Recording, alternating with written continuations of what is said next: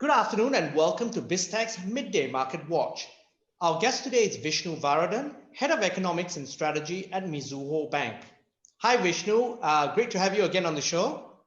Thank you for having me. Now Vishnu, with the US elections being the main theme now driving markets, walk us through the impact on markets of various scenarios. Now let's start with a Biden win and how that will impact treasury yields and the dollar. Well, Brian, I think that's a good question. And before we get started, I just wanted to say one of the pitfalls of trying to, the pitfalls of trying to do something like that is we tend to overgeneralize and say, Biden is going to be good for markets or not, and Trump is going to be good for markets or not. And I think that's where we tend to get swayed either by popular sentiments or headlines. And so the key point here is really the specifics of it will depend on whatever is announced by each candidate in terms of their policy plans in particular, and as well as their diplomatic foreign policy. So these are the two big aspects of it. As from what we can see now, I think a Biden plan will entail US Treasury yields going higher. This is Okay. premised on two things. One is he's looking at major infrastructure spending, about 2 trillion worth. A lot of that is going to go into green spending as well as your traditional infrastructure, so to speak. And that typically raises yields. And the second thing is he's also looking at rolling back some of the tax cuts that Trump did. A rollback in tax cuts tends to change the capital structure of many companies towards debt. So if there's more debt, yields also tend to go higher, or that would be an expectation of that. And the natural progression then is to say higher US Treasury yields should lead to a stronger dollar. However, that may not play out. And here we want to keep a very keen eye on what happens with inflation expectations.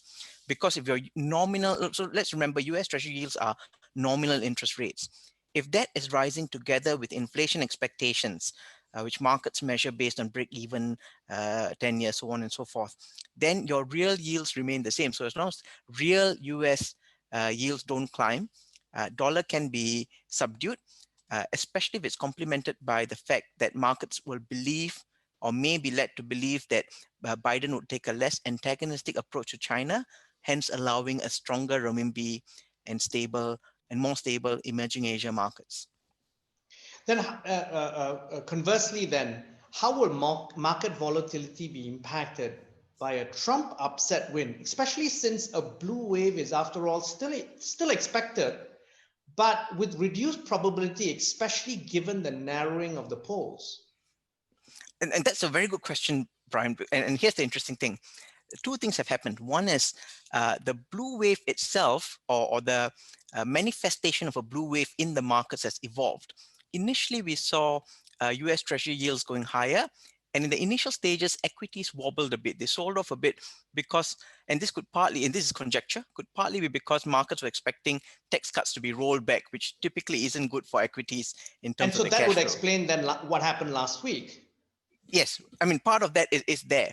And then the converse is, one would expect that with Trump, you would have gotten equities rallying and US Treasury yields going lower because initially his infrastructure plans were not as wide.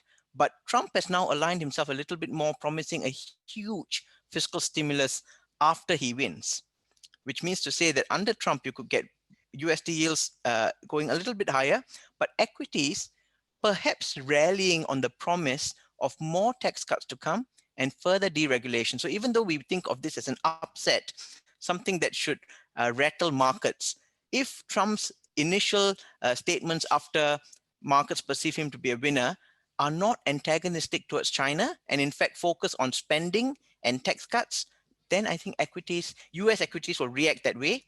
The follow through for Asia is another question. Now, how about that? Yeah, let's drill down into the follow through for Asia. How would that impact Asian markets now, particularly markets in ASEAN? And here, let me apologize first, and then let me make it a bit more complicated. Okay. Uh, as with all things, right? This US ASEAN relationship will be complicated. And here's the thing: if we get a Biden win, then you can get a situation where either Asia does really well in terms of its asset markets because they believe Biden is less antagonistic. However, if you get US Treasury yields going sharply higher with no follow through of inflation expectations, let's just say just an abrupt lift in US Treasury yields, Then that you could have also flight see to the US dollar and the US Treasuries.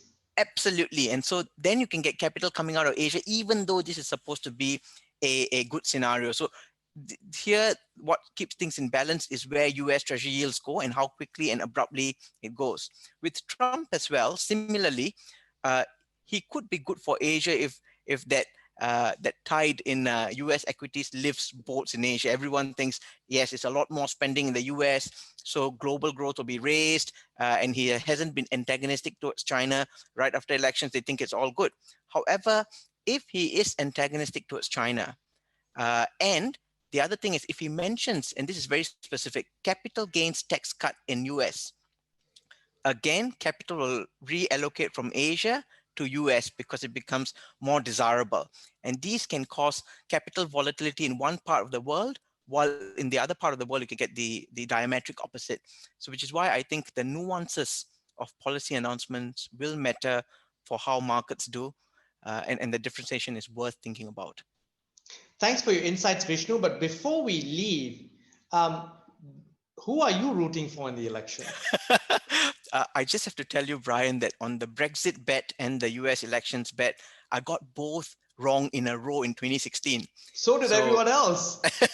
so you can take my bet and call it, make it a contrarian thing. I'm hoping for a Biden win, but we will have to wait and see. And I fear I may have just jinxed it. Great speaking to you, Vishnu. We've been speaking to Vishnu Varathan, My Head pleasure. of Economics and Strategy at Mizuho Bank.